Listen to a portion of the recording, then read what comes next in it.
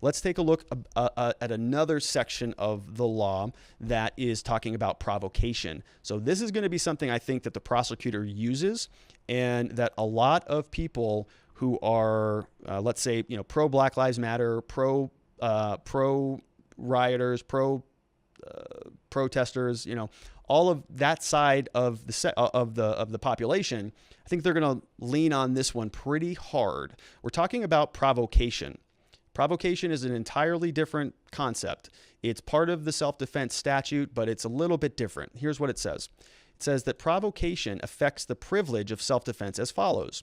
A person who engages in unlawful conduct of a type likely to provoke others to attack him or her, and thereby does provoke an attack, is not entitled to the claim of self-defense against such attack. So what this is saying is, if Kyle was on those streets to, engaging in unlawful conduct, which is in this statute, that is likely to provoke others to attack him or her, then he doesn't get the right to say self-defense.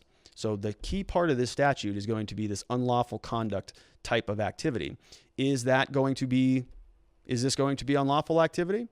I don't see anything that Kyle was doing that was unlawful. You're allowed to be on public property. You're allowed to have firearms. I don't know the specific laws in Wisconsin about their firearm regulations, whether they need to be registered or not.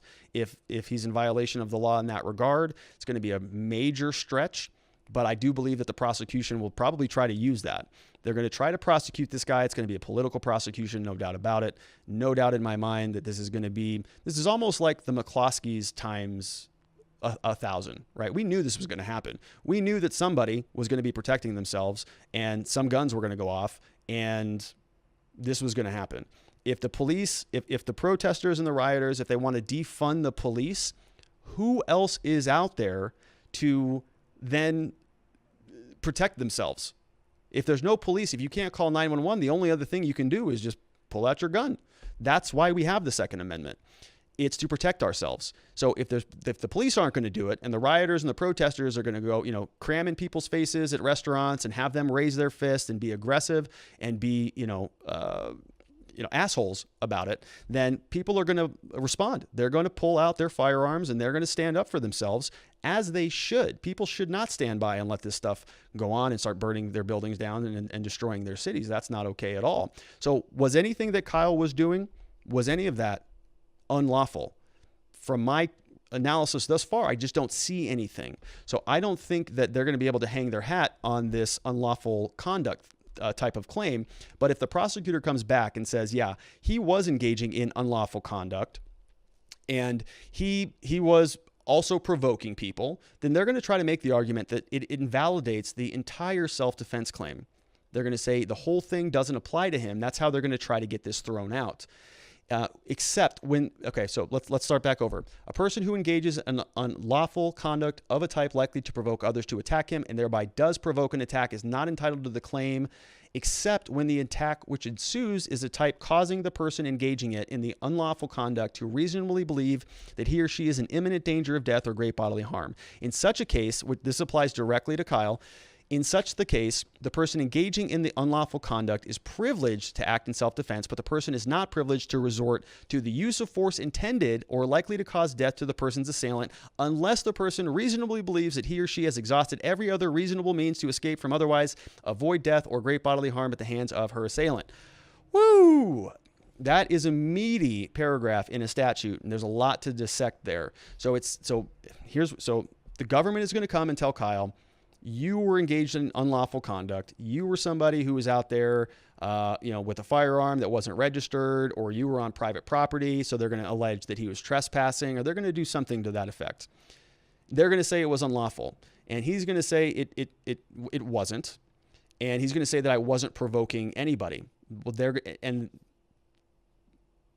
think there's good arguments for both those things, right? I can't say from what we saw that he was provoking anybody. Standing around with a firearm for people who've agreed to have you on their property because they don't want things destroyed. If you're part of a group and you've got permission to be there, that's not unlawful conduct. That's not unlawful at all.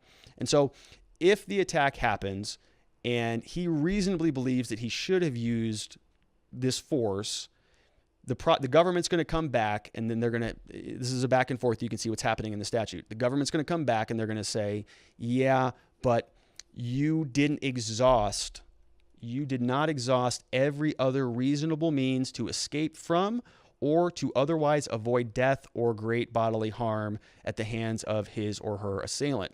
So you can see how this almost conflicts with the no duty to retreat statute. We just went over that.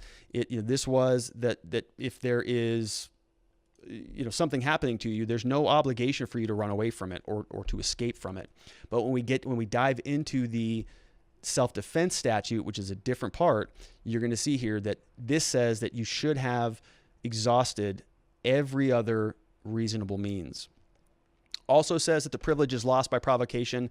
It may be regained if the actor in good faith withdraws from the fight and gives adequate notice thereof to his assailant. So this would have been a situation where Kyle's, arguing with somebody else, which he wasn't, and he uses the self-defense and he withdraws from it, and then regains the self-defense, but regains it in a way that is allowed because he has sufficiently withdrawn from the conflict.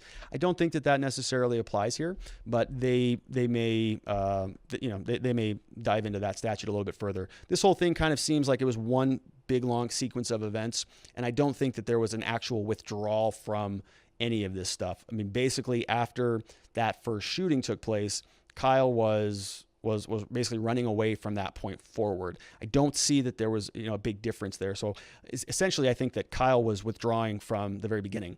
He shot, he stuck around, he tried to help this person, and he started getting surrounded, and then he started to run away. And so he was withdrawing, essentially immediately.